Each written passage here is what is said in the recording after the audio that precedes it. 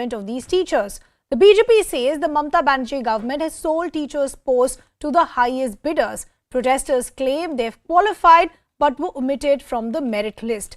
Multiple protesters were detained by the police on the ground. Section 144 has also now been imposed. Bengal BJP on the streets of Kolkata protesting police action against TET qualified job seekers who were forcefully removed from their site of agitation in Salt Lake midnight yesterday, and the political protests have now are being seen on the streets. Earlier in the day, it was the left SFI, DYFI who organized a similar protest and clashed with the police. The ABVP has also clashed with the police on similar issue, and now you can see the BJP, the BJP Yuva Morcha now on the streets of Kolkata. The protesters are only making this the political protesters, the political parties. It's not just the BJP, it's the Congress, the left, and other organizations as well, which are hitting the roads today in protest against police action. So this is clearly a political response to the police action. Shameful! How can a woman be arrested at 1 o'clock in the night? After sunset, you cannot arrest a woman. And women are being pulled, harassed, heckled, and they are being put into the prison van. How can they do this? Mamta Banerjee says she knows the law. This is what she knows. She doesn't know that this protest is a democratic right. Why can't they protest? Their jobs have been stolen by Mamta Banerjee and her party. How can they do this? She needs to resign. Mamta Banerjee, you are the police minister, and today police has done this. You need to resign. If you have little bit of shame left, resign immediately. देखिए, आज ये कह रहे हैं कि दीदी कलंक है पश्चिम बंगाल में दीदी, मगर इन जैसे भाइयों की बहनें अभी जिंदा हैं और इनके लिए कल कोर्ट में हम लड़ाई करेंगे। मैंने तो कहा मनुष्यता से बहुत दूर है ये सरकार। जिस तरह की अमानवता इन लोगों ने दिखाई है, दानवता दिखाई है, आज सब यहाँ खड़े हैं, सब देख रहे हैं, और यहाँ पे लोगों के मुंह से निकल रहा है कि थू दीदी, छी दीदी, कैसी दीदी, काहे की दीदी। अरे एक महिला मुख्यमंत्री होकर के महिलाओं के साथ अगर इस तरह का व्यवहार होता है, मैं बोलती हूँ ऐसी महिला मुख्यमंत्री को मर जाना चाहिए, थू है उसके ऊपर। Let me also now bring in my colleague and senior editor Shogato, who's been tracking all these developments for us. Shogato, for the benefit of our viewers, we've already seen the kind of political reactions that are coming in, not just from the BJP, but other political outfits as well. But what is the bone of contention? Why are we seeing these job seekers protest? Well, the job seekers have been protesting in demand for direct recruitment. These are the 2014 qualified TET candidates who have been waiting for their jobs in primary school levels for the last 8 years, have gone through 2 processes of recruitment but were still unsuccessful. These protesters say that since there have been large-scale corruption in recruitment at primary levels, including in primary levels, their unsuccessful the interview processes in the past are now under question, and that is why they do not trust the primary education board any further, and they do not want to sit for any course of further interviews, especially not with the 2017 TET candidates, who will also be now participating in the interviews for the 11,000 odd jobs which have now been opened up for primary school levels. The notification for which has now come out, have been made by the primary education board on the 29th of September. So the demand was for job recruitments, but recruitments in a direct manner without having to appear for any kind of interviews. The primary board has, however, refused to indulge any such demands, because they know that it will have to be done through the proper process and and by the book.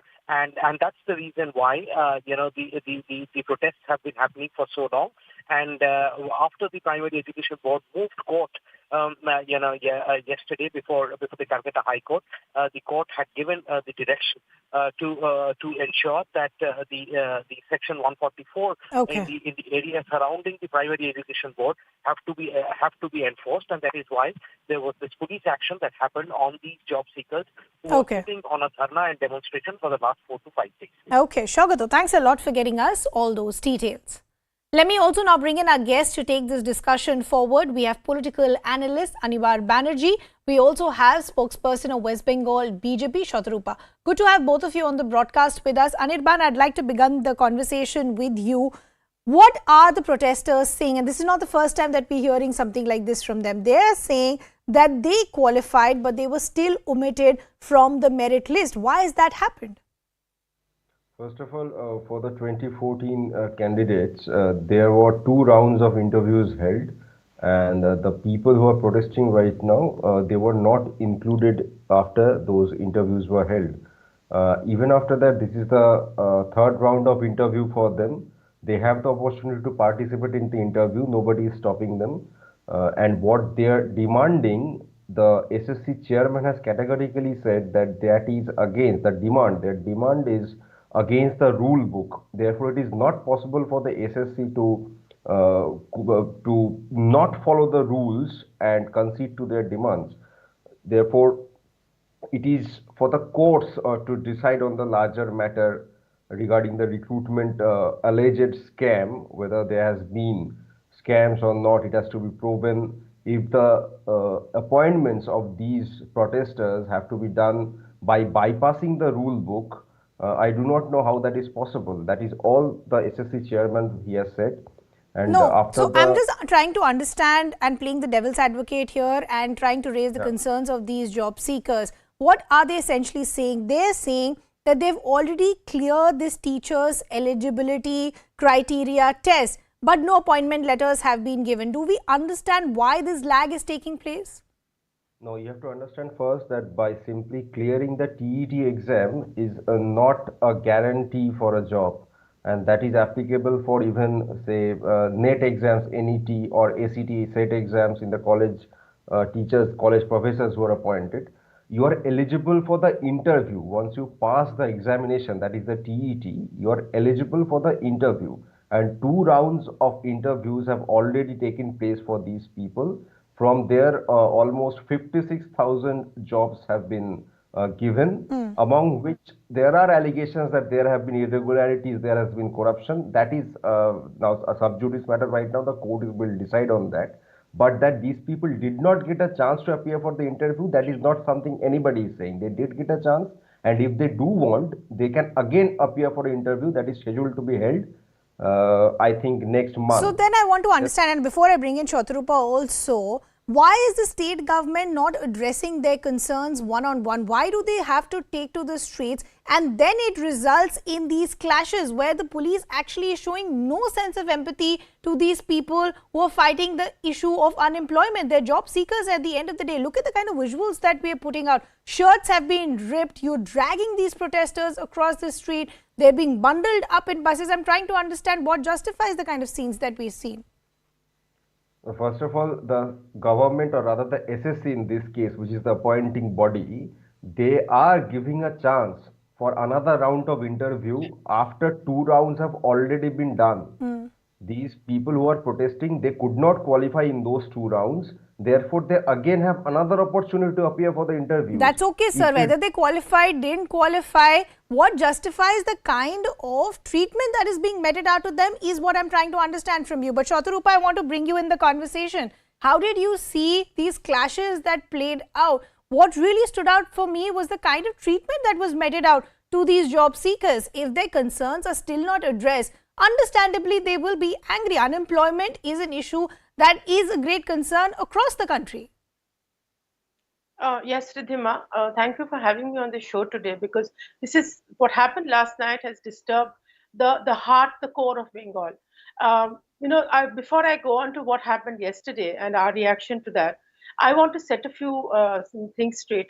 From the time your journalist Shogotov was speaking, and of course, Anirban speaks nonsense all the time.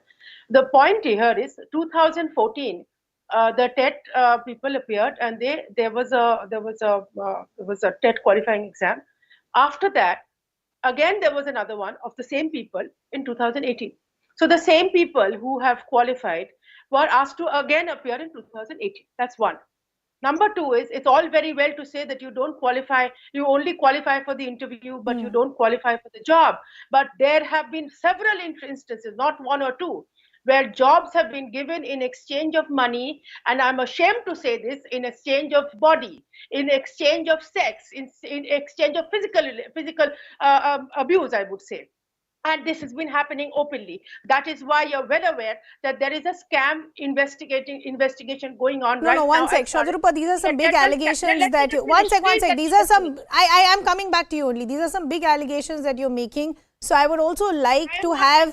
I would like to have some clarifications. Who are these people that you're alleging are involved in this nexus? Do you have some names and proof? Trinamool, Manik Bhattacharya, he's already been accused. He's already been put into with ED. He's confined. There have been several more instances. Partho Chatterjee himself is involved in the scam. So there have been very many names, and more names are coming out. These names are already accused, they're already behind bars, already investigation is happening. That is why I am raising this issue, to set a few records straight on national television. I am not speaking off the hat. Now, having said this, these people, from the time they started agitating some 8 years back, they have been demanding only one thing: please show us a proper merit list. They are not yet asking for jobs. Jobs demanding was happening much later. When the agitation started, they said, please give us a clear breakup as to who actually qualified, who didn't qualify. Yeah. Because the marks that were there with them, there were many people who were lesser qualified, who had lesser marks, who were sitting with these plum posts. That's one part. Now, the other part is, no matter what you think of them, no matter whether their agitation is justified or not justified, nothing at all justifies the way they were treated, not once, not twice, but several times. They've been sitting under the Gandhi statue in the open air, without water, and they've been agitating now for, I think, over 8 months or so. No, that's exactly why I started by asking Anirban, one, why are we seeing the omission from the merit list? And as the point that you're rightly pointing out, that if they already appeared in 2014, why were they asked to appear again? But even if I keep all of this aside, just focusing on the kind of clashes that we saw on the ground, Anirban, the police is working at the behest of certain commands that they're getting. They can't be taking these decisions on their own, right? So then the questions will be asked to the state government. I first clearly object to the senile old lady's lies. The SSC has categorically said that whenever the court demands, they will put out the entire merit list along with the digitized copies of the OMR sheets. That is what the chairman in one of the interviews to a channel has very categorically stated. If the court directs, the SSC will produce everything. And now for your next question, there was a court case in the Calcutta High Court. The court ordered the police to execute the Section 144 order that there was in place. The police had to execute the order. There were multiple appeals from the police to the protesters to vacate the site, but they did not. And after that, what followed, some will say that this is police brutality. But let me remind you what police brutality, or rather brutality with any protester is. We have seen right here in West Bengal during the previous regime, police actually opened fire multiple times on protesters and on anybody protesting. No, Anirban, it's very easy to always escape the direct questions and go back to past regimes. Just look at the visuals that I'm putting out on the left side of our TV screens, which says TED protests turn violent. Just explain those visuals to our viewers. I'm asking you a simple question, and you would have some empathy. If you were a job seeker today, wouldn't you want those clear answers and reassurances from the state government rather than being picked up like this? I am giving you the facts. These people who are protesting, there were another set of people who were the 2017 TET aspirants. They were actually protesting on the other side of the road, saying that the 2014 candidates, their claims are illegitimate, they are illegal, they are immoral. Therefore, there were two groups protesting at the same site, one against the another.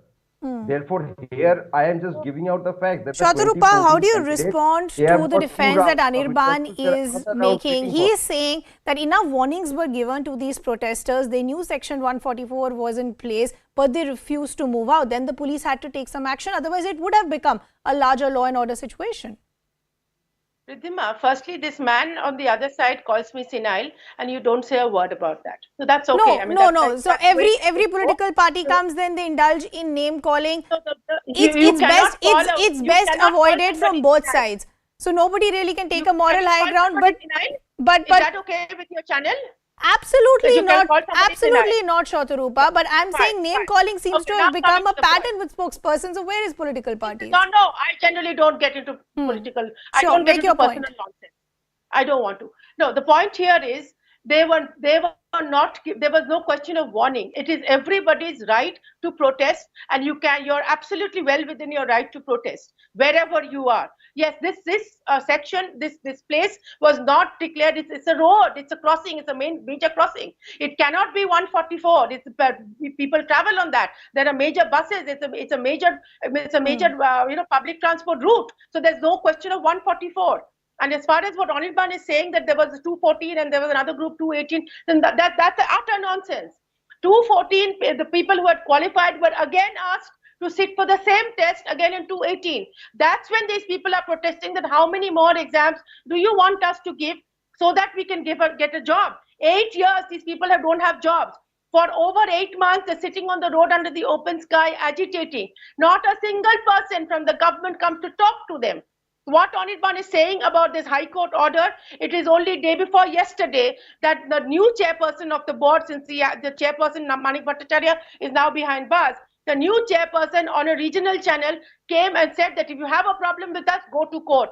Now they've just gone to court. I think yesterday morning. Okay. I was on another regional channel with one of their people who they're not even drinking water. Hmm. We were all having our tea and water on the show. When you are in the studio, you people Sure. do offer us. Sure. So this boy, I'm saying young person, he didn't even have water, and this is some 46, 48 hours. Anirban, I'm running out of time. I just want to And understand what is the assurance that the state government is giving to these job seekers. Are we tackling the first issue first? What about the omissions from the merit list? Do we have a clarity on that?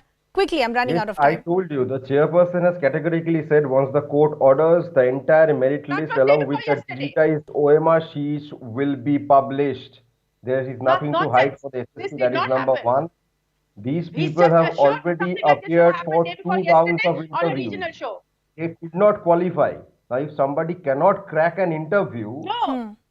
who is the problem with? And still they are getting Absolutely another not. chance. This is They're the all third qualified. time they They will have get very, a very chance high for marks. interview.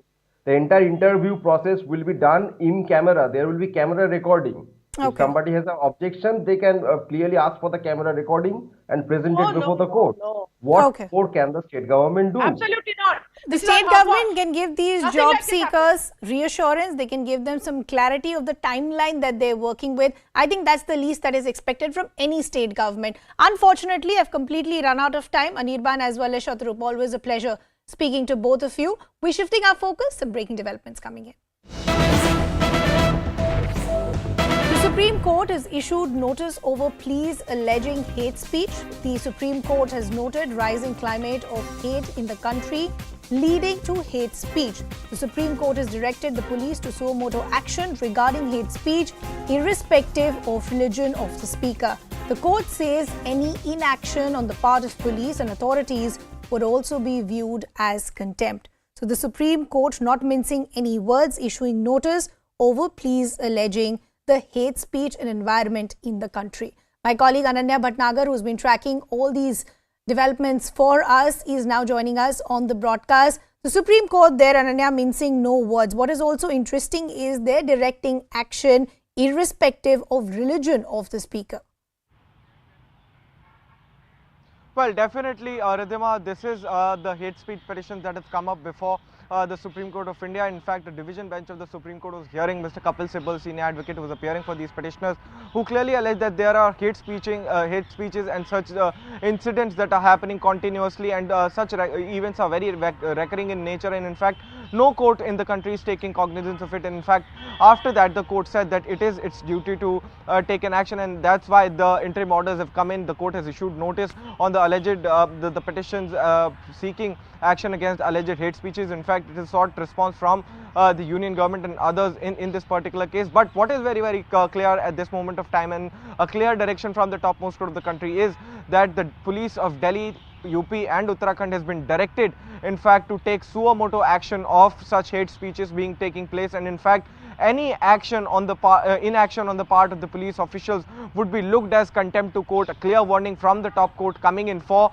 these police officials, because remember that what is being pointed out by the petitioners in this particular case is that the police is just standing at those events where such hate speeches and such words are being used against a particular community, against opposite religion, and no action is being taken by the police or any kind of authorities in there. And then the court took cognizance of this, and in fact a very pertinent question that the court was also asking, in fact, Mr. Sibal, was that is it only one community that is involved, or the other one is also there? So the Mr. Sibal answered that if they would have done it, then they would not have been spared, and in fact anybody who's involved in such an action should be taken care of and should be taken by the court, dealt by the law very, very strictly. And that's the reason why the top court has said that the climate of hate is in fact increasing in the country, and that's why hate speeches are being resulted into. In fact, it also goes on to say that the Constitution of India envisages the fraternity of equality, and hence there should be no such incidents, and secularism.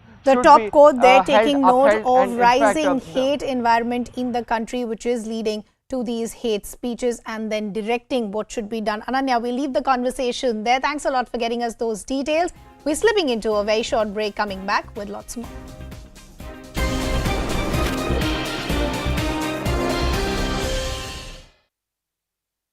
Mahagleshwar temple in Ujjain. You had ₹30 crore circuit house near Somnath temple for pilgrims. The Sheela temple in existing Tukaram temple in Pune. Dihu as well. Kalika Mata temple atop the Pavagad hill in Gujarat. You've seen all of these initiatives by the Prime Minister. But today, as I pointed out, this visit to Uttarakhand has a lot of significance. Varun, good to have you on the broadcast with us. Before we talk to you about the political significance of this visit and what this means for the people of Uttarakhand, how do you see this visit of the Prime Minister? He's had back-to-back visits already in Gujarat, now in Uttarakhand, and also the timing of this visit coming just 2 days before Diwali.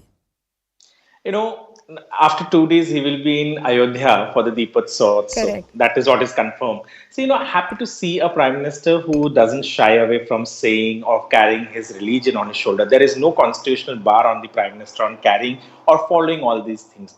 And one more important thing, what happens when a Prime Minister visits a state, at least when he visits any state, the road over there, the basic development connectivity improves. And he over here is not only on a visit for, paying his obeisances to the deities over there in the temple. He's also there to inaugurate projects that will be connecting these temples. Even over here, when you go to Varanasi, where the corridor for, Vishwanath corridor has been developed, earlier, what we used to see, the small gullies, narrow gullies, that they have been transformed into huge roads. And that is what development means, where it is a common basic thing. When road reaches a village, development reaches that village. And that is the basic thing that he is trying to do. These places have been ignored. These religious places which have been paying so much of money to the government, they have been ignored. Finally, a government has woken up that we have been taking money from the temple. High time we give something back to the temple as well as to the devotees. And it matters a lot when you see it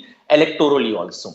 Because Hindus have always been, most of the times they have been felt or have been feeling that their religious aspects have been ignored. There have been a lot of outcry that the government always takes money from the temples but doesn't give back. Here is something that they are getting back from the government. Right. And I also, before, as you rightly pointed out, before we talk to you about the political significance of what this means for Uttarakhand and the mega infrastructure push that we're seeing, the development push that we're seeing. Look at this kind of attention to detail and how he wants to, value the sentiment of various people. Look at the attire that he is wearing. This is a handmade dress by the Chamba women of Himachal Pradesh. In his last visit, he had promised these women that I will wear it, and he's kept up that promise. This is something that has a lot of connection with people on the ground.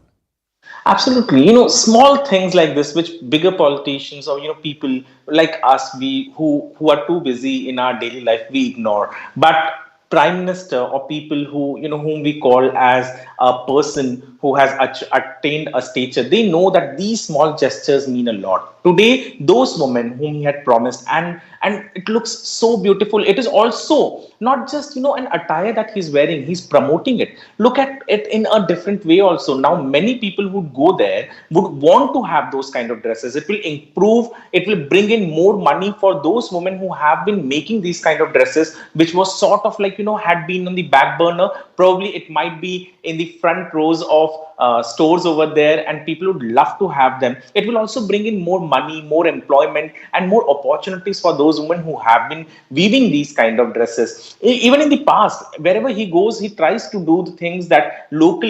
In the last few years, the government, especially the BJP state governments, have come up with things: one district, one product. And this is somehow, relates to it. If you go in UP, you have almost 72 districts having one product of theirs. Now every local station has one station, one product. This is sort of promoting the local tradition and also bringing back development, bringing back, job opportunities and infrastructure and money to those people where it is needed, which has been sort of ignored in the past.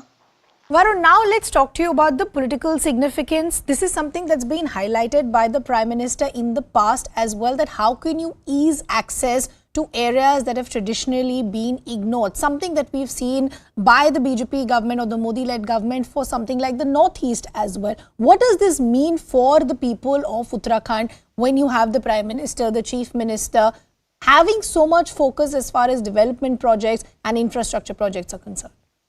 The basic job of a central government.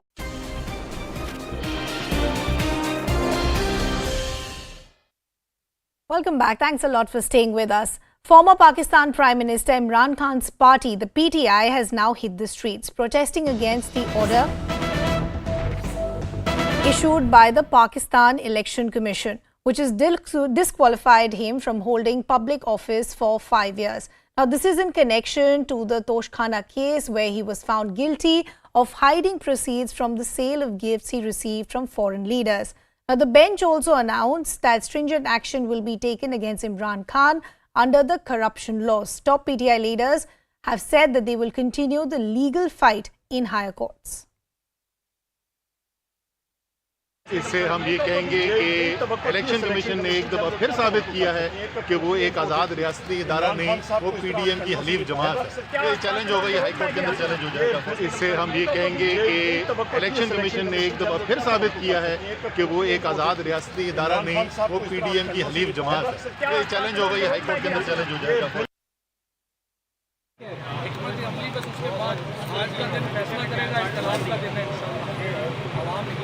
Election में तो नहीं, लेकिन सारे हालात जो जा रहे हैं वो लॉन्ग मार्च की तरफ हमारी नज़र के बरक्स। तो इस फैसले को आप सुप्रीम कोर्ट में चैलेंज किया जाएगा?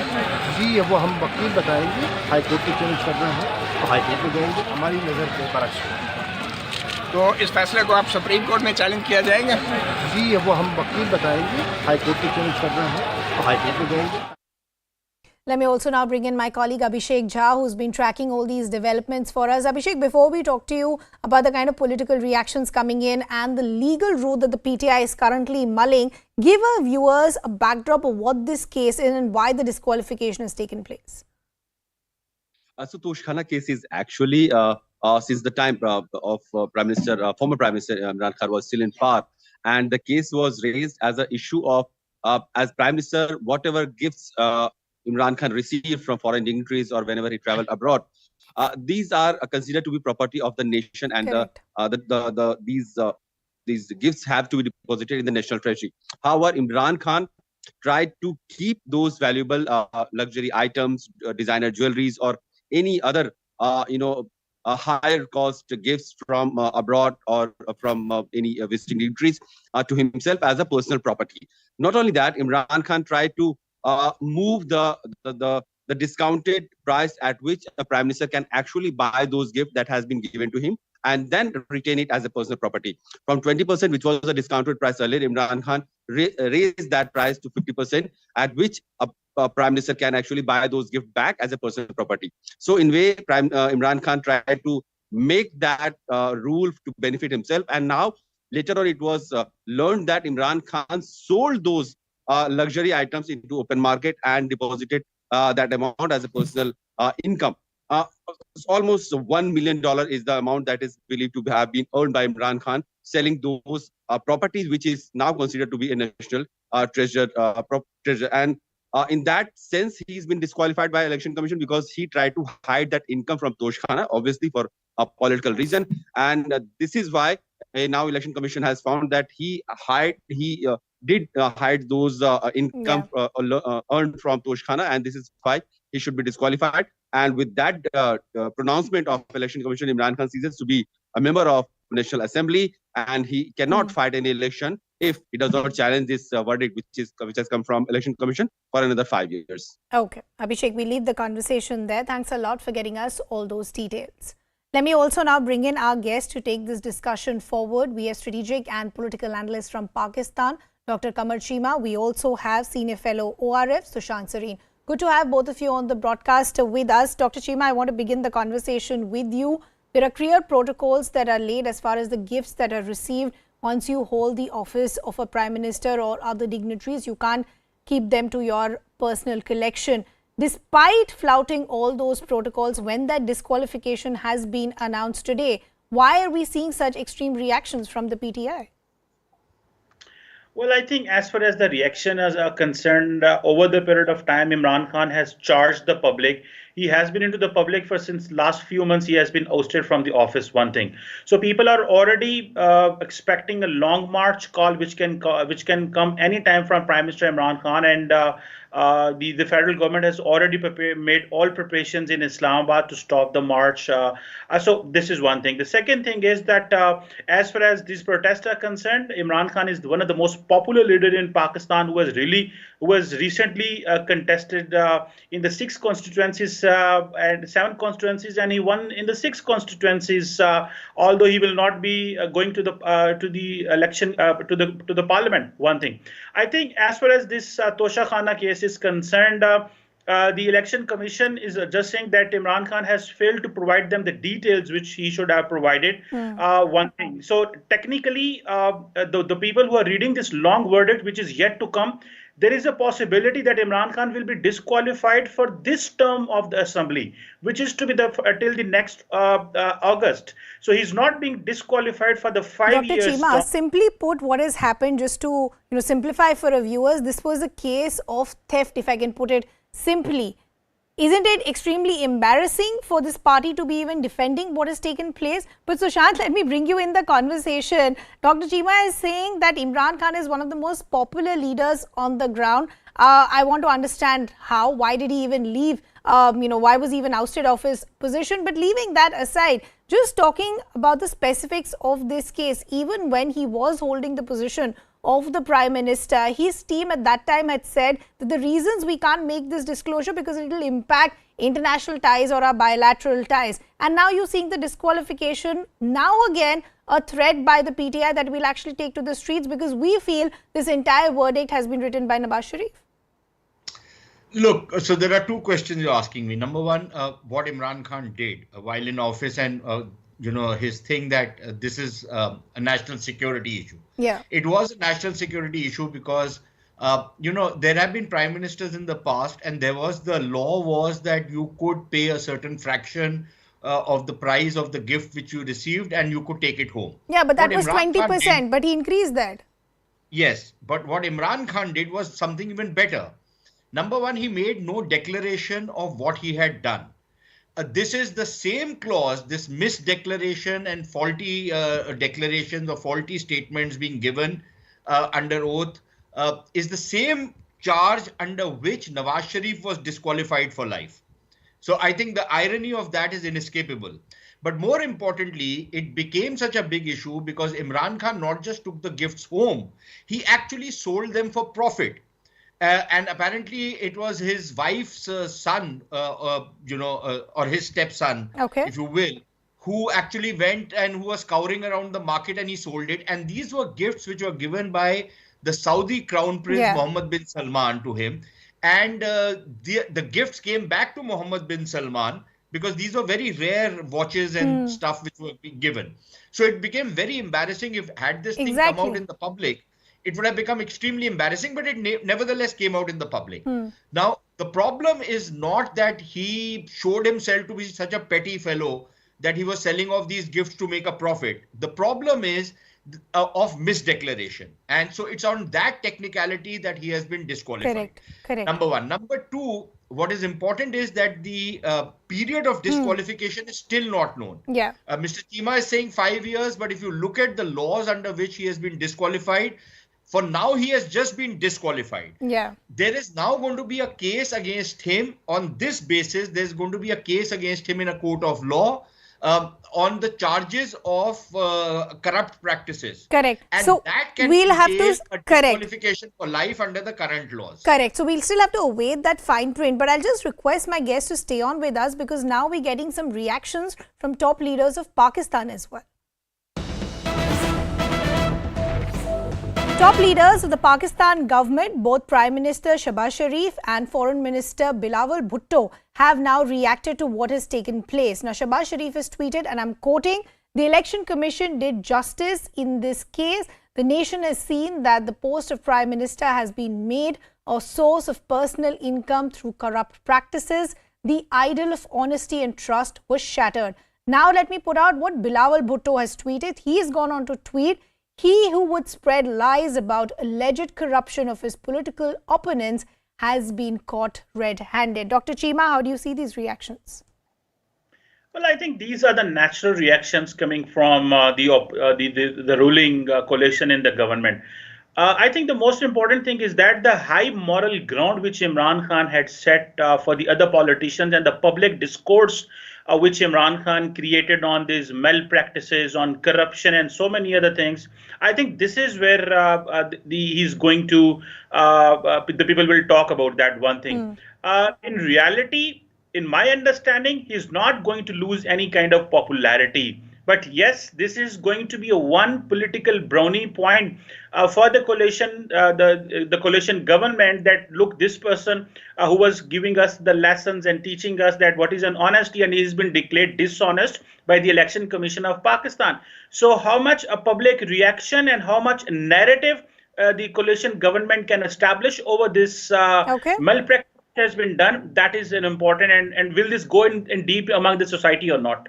I want to take the last question to Sushant. I want to understand, do you see this becoming a long-drawn legal battle? Because the points that are being raised by the PTI is that a disqualification like this can only come from the courts and the ECP doesn't have that power. So do you see this becoming a long-drawn legal battle now? No, it will become a long-drawn legal battle. The ECB is well within its competence to disqualify, but according to the law, the final decisions will have to be taken by a court of law. He can file an appeal in the High Court or the Supreme Court, and the Supreme Court can even grant a stay on the ECP's verdict. But he will be now booked and he will be tried for corrupt practices, something which happened to Nawaz Sharif as well. So this will be a long-drawn battle. This will be a sword hanging over his head. And please remember, this is not the only case of malpractice against him. There is another case of the foreign funding, which I believe the judgment is impending. And that's likely to come out any time now in the next few days. So that will be another, blow on to him, because he's very clearly guilty in that also. He has misused funds. He has taken funds which were meant for charitable purposes, for political purposes. So there are a variety of infractions he has committed, under which he can be convicted. So despite the fact that the PTI today is mulling legal options, it is still not going to be an easy road ahead for Imran Khan and his supporters. Unfortunately, I will have to leave the conversation there. Would like to thank both our guests. We're slipping into a very short break. We're coming back with lots more.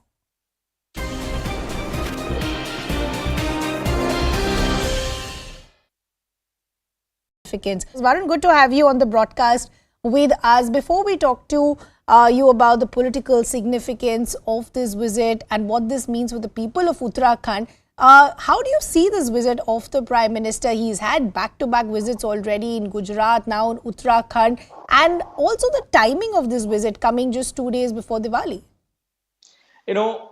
After 2 days, he will be in Ayodhya for the Deepotsava. So that is what is confirmed. So, happy to see a Prime Minister who doesn't shy away from saying or carrying his religion on his shoulder. There is no constitutional bar on the Prime Minister on carrying or following all these things.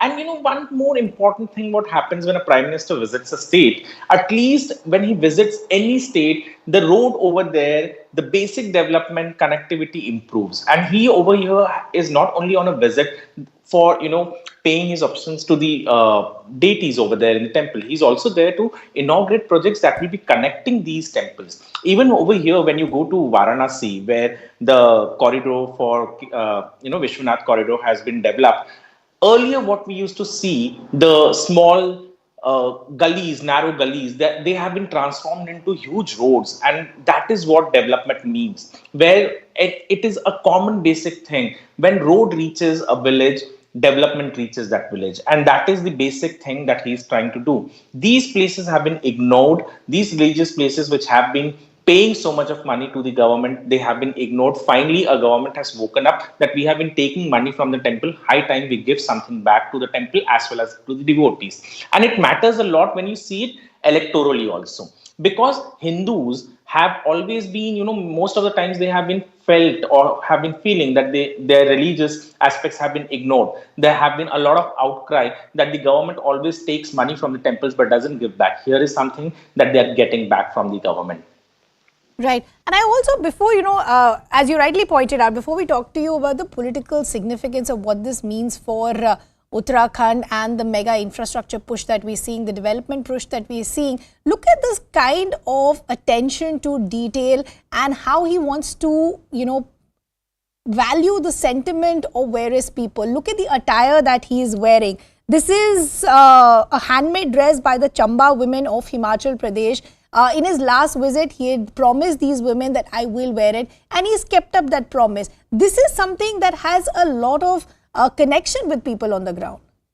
Absolutely. Small things like this, which bigger politicians or, people like us, who are too busy in our daily life, we ignore. But Prime Minister or people who, whom we call as a person who has attained a stature, they know that these small gestures mean a lot. Today, those women whom he had promised, and it looks so beautiful. It is also not just, an attire that he's wearing, he's promoting it. Look at it in a different way also. Now, many people who go there would want to have those kind of dresses. It will improve, it will bring in more money for those women who have been making these kind of dresses, which was sort of like, had been on the back burner. Probably it might be in the front rows of stores over there, and people would love to have them. It will also bring in more money, more employment, and more opportunities for those women who have been weaving these kind of dresses. Even in the past, wherever he goes, he tries to do the things that local. In the last few years, the government, especially the BJP state governments, have come up with things: one district, one product. And this is somehow, relates to it. If you go in UP, you have almost 72 districts having one product of theirs. Now every local station has one station, one product. This is sort of promoting the local tradition and also bringing back development, bringing back, job opportunities and infrastructure and money to those people where it is needed, which has been sort of ignored in the past. Varun, now let's talk to you about the political significance. This is something that's been highlighted by the Prime Minister in the past as well, that how can you ease access to areas that have traditionally been ignored, something that we've seen by the BJP government or the Modi-led government for something like the Northeast as well. What does this mean for the people of Uttarakhand when you have the Prime Minister, the Chief Minister, having so much focus as far as development projects and infrastructure projects are concerned? The basic job of a central government is not to clean your gutters, but to have so much of importance over there that the officials, that they know that they have to get the gutter clean. That is what I think the government over there in the center and the state is trying to do. They are trying to bring.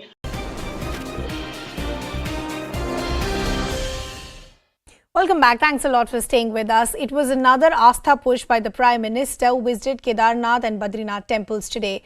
He performed darshan and puja at the holy shrines and also reviewed the progress of the infrastructure revamp at both sites. The Prime Minister also launched development projects worth over 3,500 crores. Another interesting fact about the Prime Minister's visit was what he wore, a handmade dress made by the women of Himachal Pradesh's Chamba region. He was gifted this attire during his recent visit to the state, and he had promised the woman that he'd wear it at an auspicious occasion. 21वीं सदी के विकसित भारत के निर्माण के दो प्रमुख स्तंभ हैं। पहला, अपनी विरासत पर गर्व, और दूसरा, विकास के लिए हर संभव प्रयास। आज उत्तराखंड इन दोनों ही स्तंभों को मजबूत कर रहा है। मुझे 2 रोपवे प्रोजेक्ट के शिलान्यास का सौभाग्य मिला है।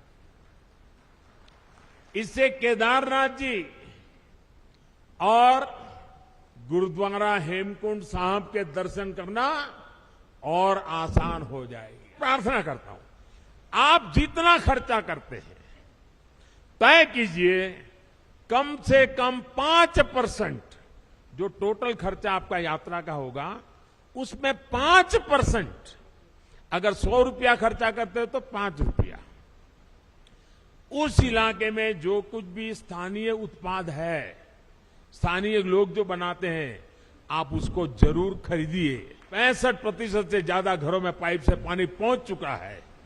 हमने हर पंचायत को ऑप्टिकल फाइबर से जोड़ने का अभियान चलाया, जिसकी वजह से उत्तराखंड के कोने कोने में आज डिजिटल कनेक्टिविटी पहुंच रही है। हमने गांवों में हेल्थ और वेलनेस सेंटर खोलने का अभियान चलाया, जिसकी वजह से आज गांव के पास चिकित्सा की सुविधा पहुंच रही है। 2014 के बाद से बॉर्डर रोड ऑर्गेनाइजेशन ने करीब करीब 7,000 किलोमीटर नई सड़कें का निर्माण किया है, सैकड़ों पुल नए बनाए हैं। Well, on that note, we are slipping into a very short break. Don't go anywhere. We're coming back with lots more.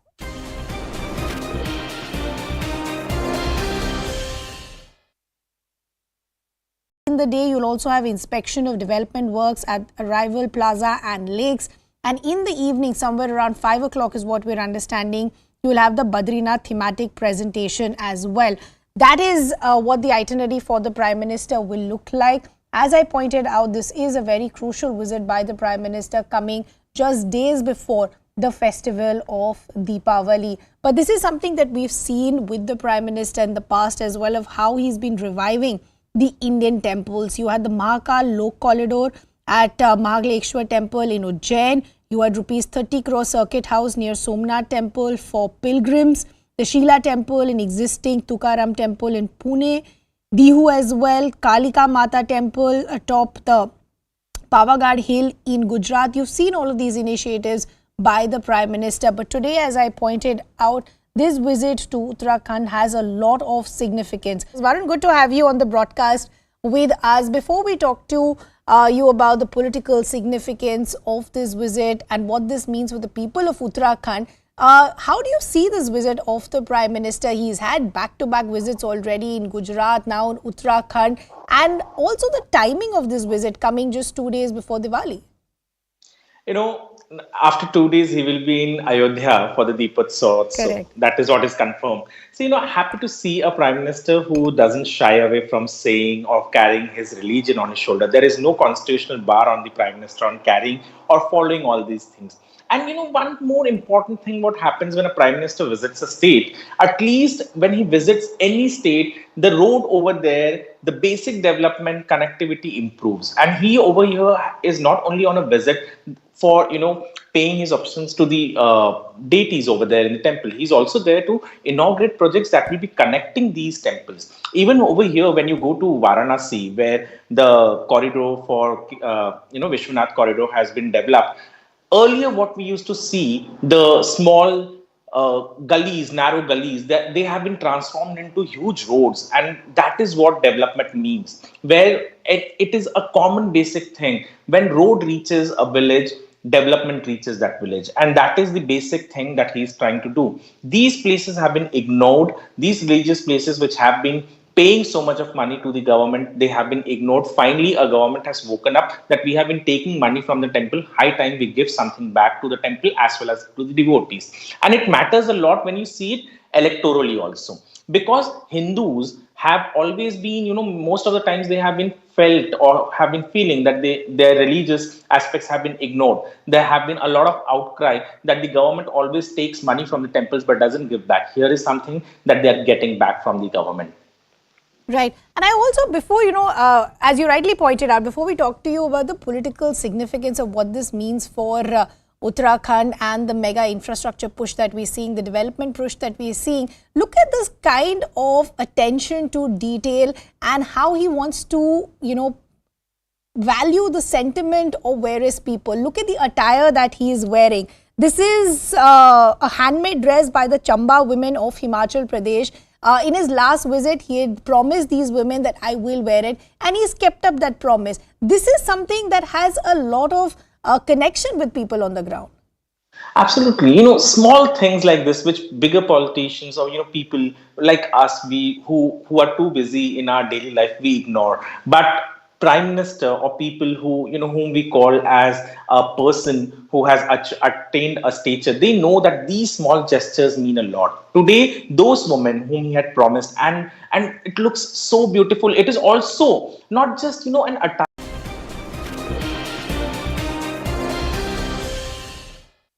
Welcome back. Thanks a lot for staying with us. As the BJP government continues the normalcy push in Jammu and Kashmir, my colleague Anand Narsimhan spoke to the commander of the Chinar Corps, Lieutenant General Amardeep, who says the message of unity has taken root in the Kashmir Valley, sending a strong message to Pakistan. I'm leaving you with this conversation. Thanks a lot for watching. So many years, and you have served quite a lot here in this region also in the past. How is this Diwali different?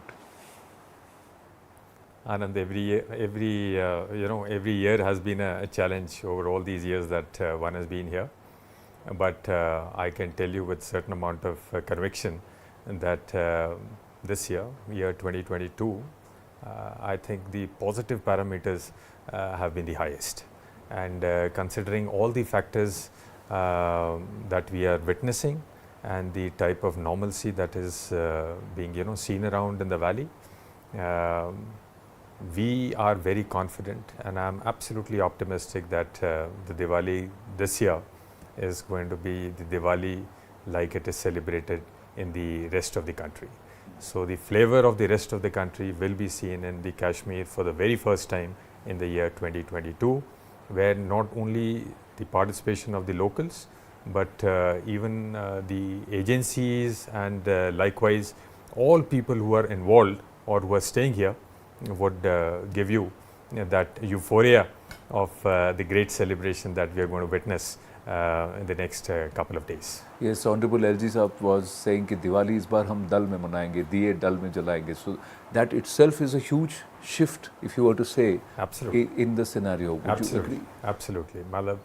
What we can see that fervor which is building up for the 24th of this month is absolutely amazing.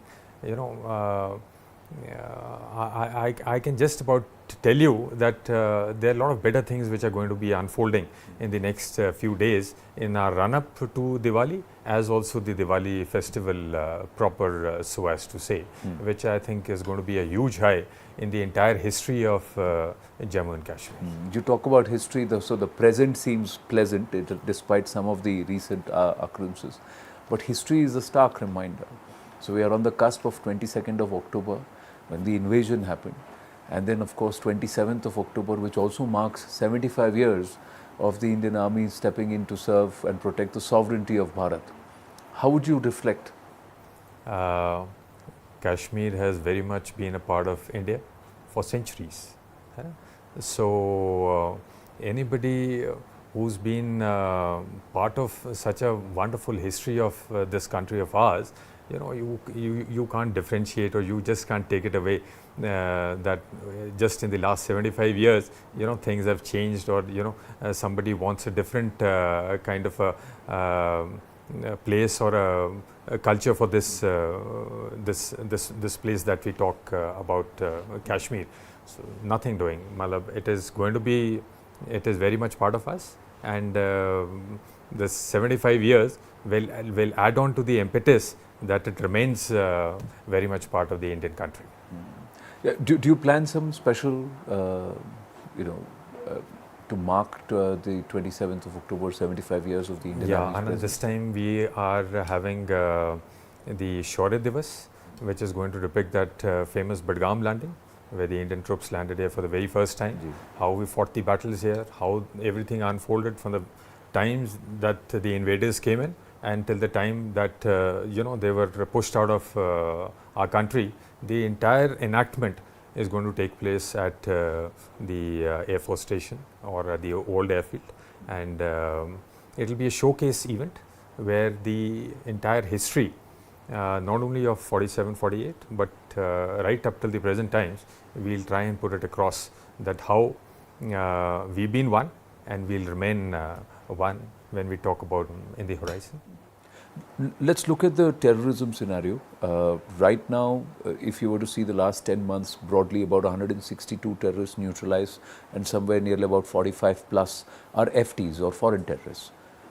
So that means the enemy is not stopped. There may be a ceasefire at play, but the infiltration is happening, and places like Sopore, Uri and that belt, and also down towards the IB, there are efforts to infiltration. Is this going to be a perennial issue, or do you see the trends actually coming down? Okay.